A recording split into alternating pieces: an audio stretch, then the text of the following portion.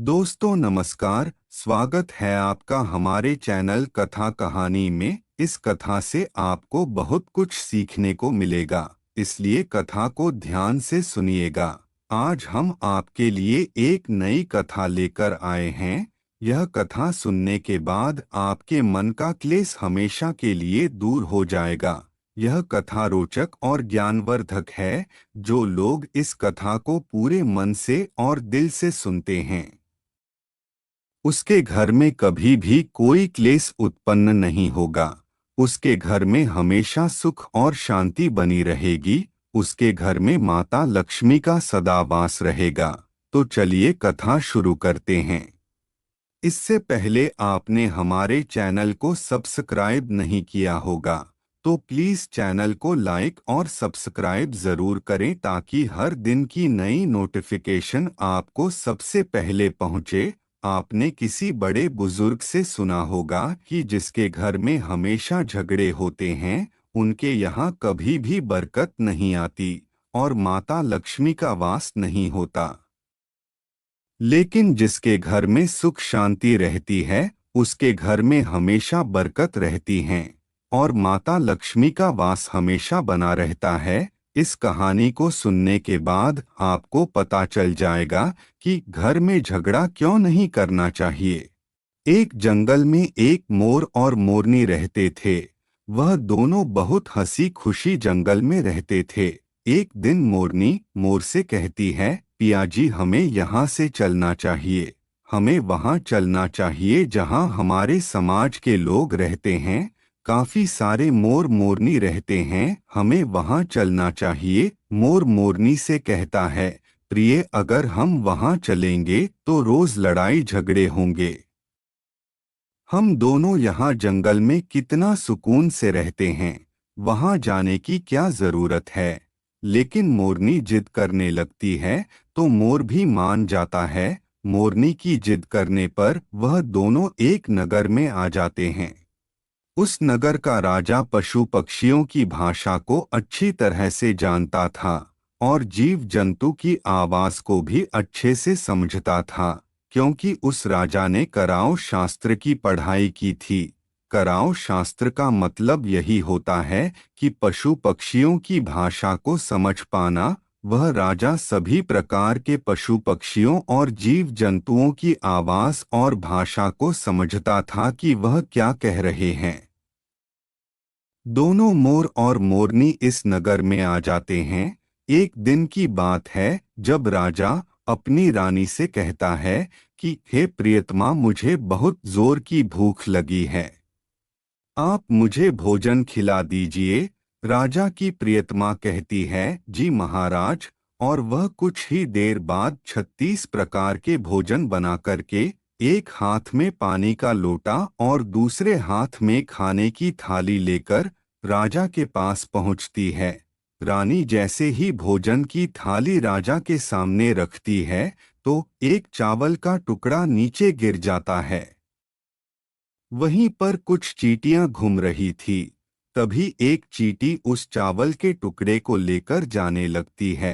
राजा बैठे बैठे सब घटना को देख रहा था। उस चींटी के पास में तुरंत ही एक बड़ा चींटा आया और कहता है, यह टुकड़ा मुझे दे और तुम वापस जाकर राजा की थाली से एक टुकड़ा लेकर आओ। इन दोनों की बातें राजा सुन रहा था, क्योंकि राजा हर पशु पक्षियों और जीव जंतुओं की आवाज और भाषा को भली भांति समझता था। उनकी भाषा समझ में आती थी।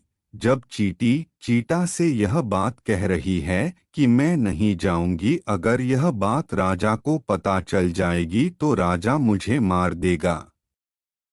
फिर चीता चींटी से कहता है कि तुम जाओ, राजा को पता नहीं चलेगा। चींटी फिर जाने की कोशिश तो करती है, लेकिन फिर आधे रास्ते से वापस चली आती है और चीता से कहती है, नहीं मैं नहीं जाऊंगी, हो सकता है राजा को पता चल जाए और राजा मुझे मार देगा।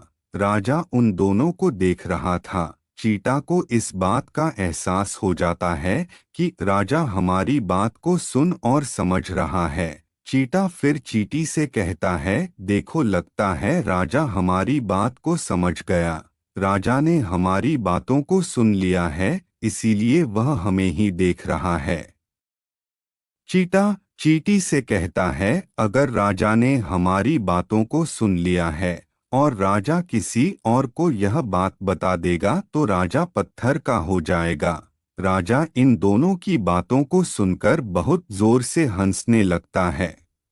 जैसे ही राजा को हंसी आने लगती है तो राजा की प्रियतमा रसोई से बाहर निकलकर राजा को हंसते हुए देख लेती है। राजा को हंसते हुए देखकर रानी सोचती है कि कहीं मुझसे कोई गलती तो नहीं हो गई, मुझसे कोई अपराध तो नहीं हो गया, और राजा को पूछने लगती है कि हे महाराज, आप किस कारण से हंस रहे हैं, इसका कारण मुझे बताइए। आप इतनी जोर से क्यों हंस रहे हैं? राजा कहता है, ऐसी कोई बात नहीं है, मुझे बस यूं ही हंसी आ गई। रानी जिद करने लगती है और कहती है, आपको मुझे बताना पड़ेगा कि आप क्यों हंस रहे हैं। राजा बार बार मना करता है, क्योंकि राजा को पता था कि चीटा ने कहा है कि अगर मैं चींटी वाली बात किसी को बताऊंगा तो मैं पत्थर का बन जाऊंगा। इसीलिए राजा रानी को यह बात नहीं बताना चाहता था, लेकिन रानी बार बार जिद करती है और कहती है, आपको मुझे बताना ही पड़ेगा कि आप क्यों हंस रहे थे। अगर आप मुझसे सच्चा प्रेम करते हैं और आप मुझे अपनी सच्ची प्रियतमा मानते हैं तो आपको यह बताना पड़ेगा कि आप क्यों हंस रहे थे। राजा धर्म संकट में पड़ गया। राजा सोचता है, अगर मैं यह बात रानी को बताऊंगा तो मैं पत्थर का बन जाऊंगा, और फिर सोचता है, अगर मैं नहीं बताऊंगा तो रानी का विश्वास खत्म हो जाएगा। रानी बहुत जिद करने लगती है। कहते हैं, ना कि प्रिया हट और बाल हट बहुत वजनदार और भारी होते हैं, इन दोनों से हमेशा बचकर रहना चाहिए। राजा अपनी प्रियतमा से कहता है, अगर मैं आपको बताऊंगा तो बाद में आपको पछताना पड़ेगा। रानी कहती है कि अभी तो आप कह रहे थे कि कोई बात नहीं थी, अभी आप कह रहे हैं कि मुझे पछताना पड़ेगा। रानी कहती है कि जरूर कोई बहुत बड़ी बात है, इसलिए आप मुझे पता नहीं रहे हैं। रानी और ज्यादा जिद करने लगती है। तब राजा कहता है कि ठीक है, अगर आप नहीं मान रही हैं तो चलिए, मैं किसी जंगल में आपको यह बात बताऊंगा।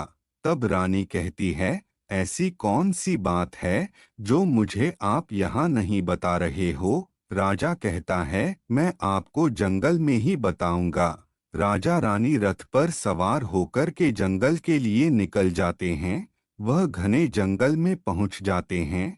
तब राजा सारी बात रानी को सुनाने लगता है। जैसे ही राजा थोड़ी थोड़ी बात रानी को सुनाते गया, वैसे वैसे ही धीरे धीरे पत्थर का बनता गया। जैसे ही राजा ने आधी बात रानी को सुनाई, वह आधा पत्थर का हो गया। राजा फिर रानी से कहता है कि रानी देखो, मैं धीरे धीरे पत्थर का बनता जा रहा हूँ, तुम बाद में बहुत पछताओगी।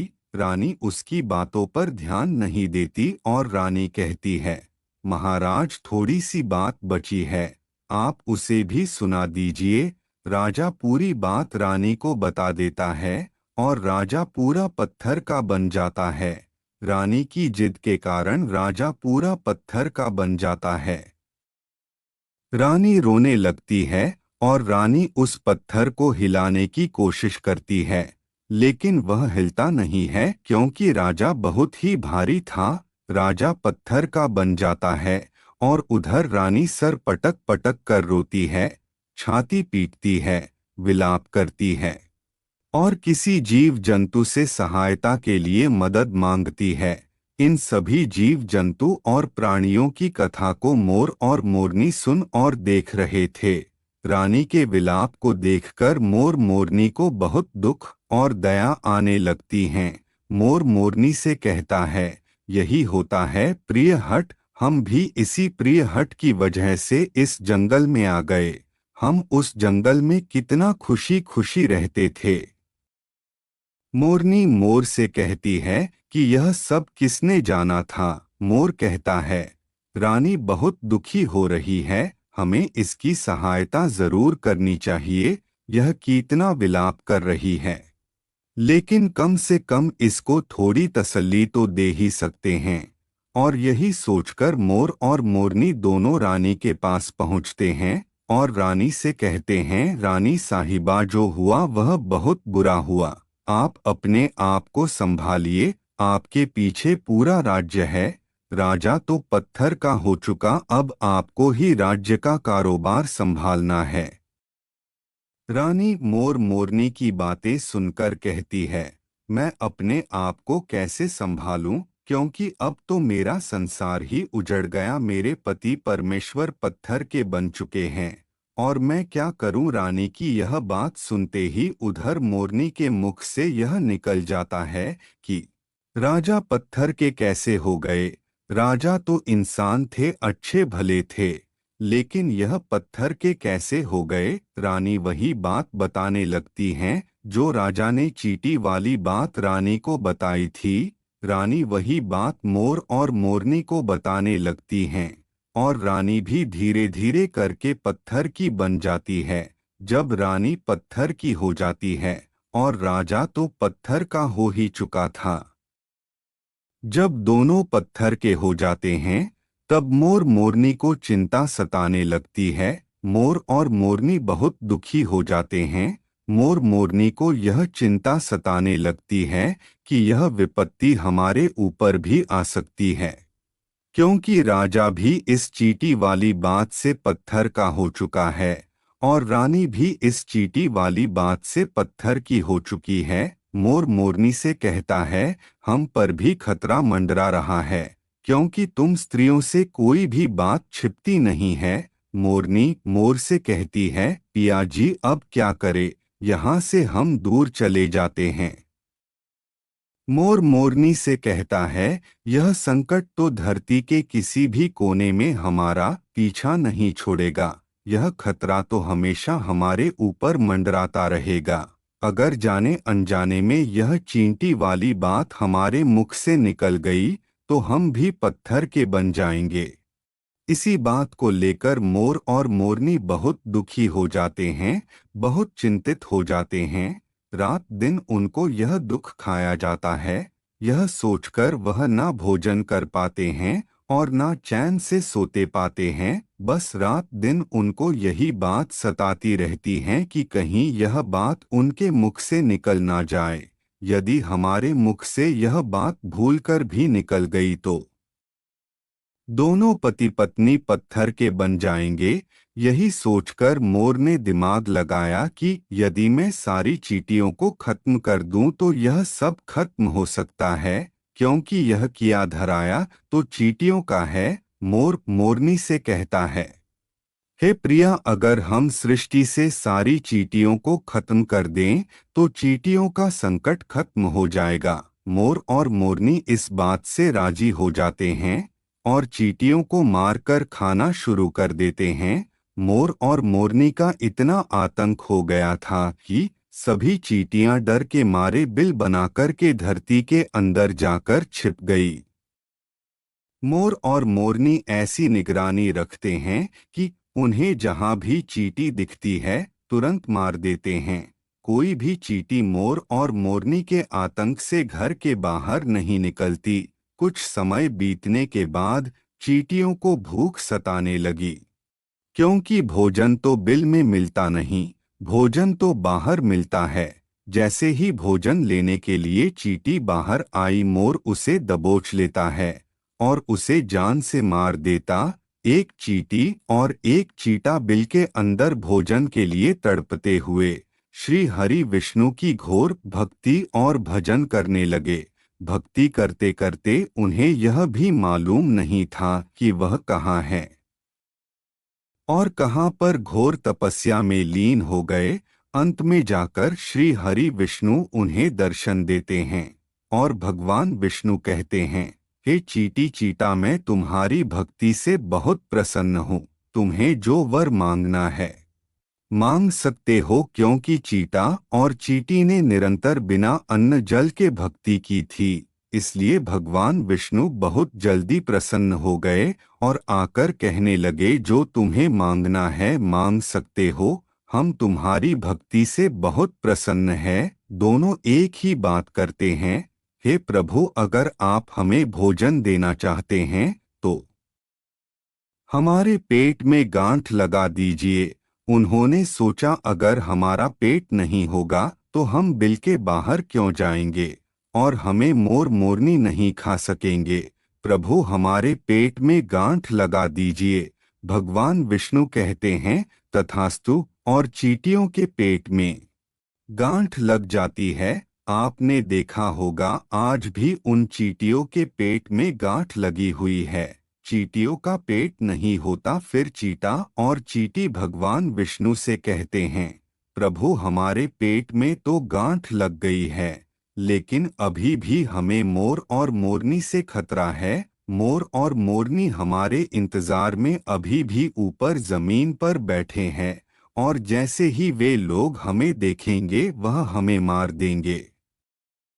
भगवान विष्णु कहते हैं, मैं उन्हें समझा देता हूँ। भगवान विष्णु मोर से कहते हैं, मोर, तुम चींटियों का शिकार करना बंद कर दो। इसमें चींटियों का कोई दोष नहीं है।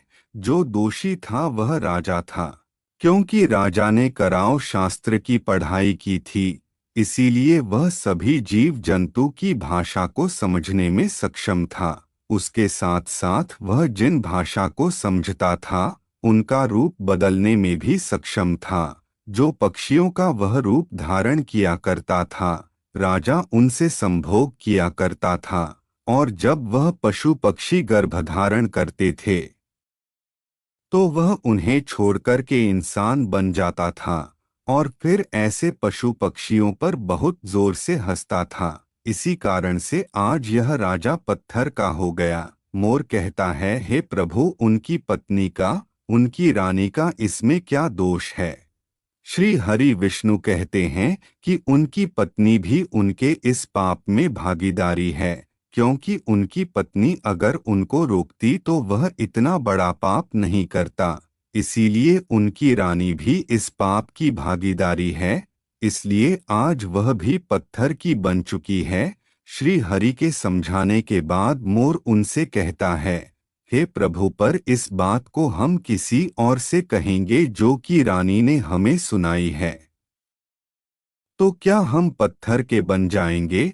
श्री हरि विष्णु कहते हैं कि तुम्हारा यह श्राप अब समाप्त हो चुका है।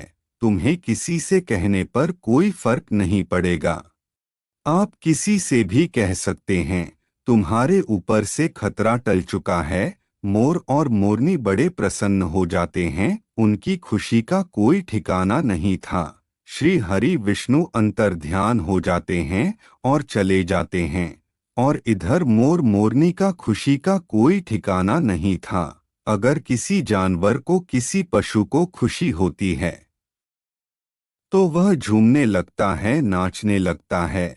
यही बात मोर के साथ हुआ। मोर को जब यह पता चला कि उनके ऊपर से खतरा टल चुका है तो वह खुशी में नाचने लगा। उसकी खुशी का कोई ठिकाना नहीं था। वह खुशी के मारे पागल हो रहा था। फिर जैसे ही मोर खुशी के मारे अपने पैरों के नीचे देखा है तो उसके पैर फटे और बदसूरत थे। मोर अपने पैरों को देखकर रोने लगता है। मोर सोचने लगता है कि पहले मेरे पैर कितने सुंदर थे, लेकिन आज इतने फटे और गंदे कैसे हैं। मेरा पूरा बदन सुंदर है, लेकिन मेरे पैर इतने फटे और बदसूरत कैसे हो गए। मोर के पैरों के फटने का कारण चींटी खाना था, क्योंकि उसने बहुत सारी चींटियां मार मार कर खा गई थी, और मोरनी भी उन्हें खा गई थी, इसीलिए उनके पैर फट गए थे। आज भी कोई इंसान अगर चींटी खाता है तो उसके शरीर में छोटे छोटे दाने पड़ जाते हैं। यदि आप ज्यादा मात्रा में चींटी खाओगे तो आपका बदन भी फटने लगेगा। सांप केंचुली क्यों छोड़ता है? क्योंकि सांप चींटी खाता है और इसीलिए उसके शरीर में फट जाता है और केंचुली अलग हो जाती हैं। इसी तरह मोर के पैर फट गए थे और वह बदसूरत हो गए था। इसलिए मोर अपने पैरों को देखकर जोर जोर से रोने लगा। मोरनी मोर को धीरज रखवाती है और कहती है, जो हो गया वह हो गया, रोने से क्या होगा। मोर नाचता और जोर जोर से रोता है, इसलिए उसकी आंखों से आंसू की धारा बह रही थी। मोरनी मोर को धीरज रखवाती है और उसके आंसुओं को नीचे गिरने से रोकती, लेकिन रोक नहीं पाती। मोरनी के हाथ तो नहीं थे, लेकिन अपनी चोंच से एक एक आंसू को उठाती और अपने मुख में रखने की कोशिश करती, लेकिन कितना अपने मुख में रखती आंसू सीधे पेट में चले जाते। इस तरीके से हर बार मोरनी मोर के आंसुओं को रोकती और मोर नाचता और खूब जोर जोर से रोता है। मोर के आंसुओं को देखकर और मोरनी के प्यार को देखकर भगवान श्री हरि फिर से दर्शन देते हैं और मोरनी को आशीर्वाद देते हैं और कहते हैं कि तुम्हारा प्रेम ऐसे ही सदा बने रहे। इस आशीर्वाद की वजह से अब इसे आशीर्वाद समझिए या श्राप। इसकी वजह से मोर कभी संभोग नहीं कर पाता, क्योंकि मोर जब नाचता है तो उसकी आंखों से आंसू गिरते हैं और उन आंसुओं को मोरनी अपनी चोंच से चूगती है और इस आंसुओं के कारण मोरनी गर्भवती हो जाती है। भगवान श्री हरि मोर और मोरनी को आशीर्वाद देते हैं और कहते हैं कि तुम्हारी भक्ति धन्य है और तुम धन्य हो। एक समय ऐसा भी आएगा कि तुम्हारे पंख को मुकुट बनाकर धारण करेंगे। इसलिए कहते हैं, श्री कृष्ण के रूप में श्री हरि धरती पर आते हैं तो वह मोर का पंख अपने मुकुट में धारण करते हैं। यह कथा आपको कैसी लगी? कमेंट बॉक्स में लिखकर बताइए कि राजा को किसका श्राप लगा था। इस कहानी में बस इतना ही। मिलते हैं नए वीडियो में, तब तक के लिए जय हिंद, जय भारत।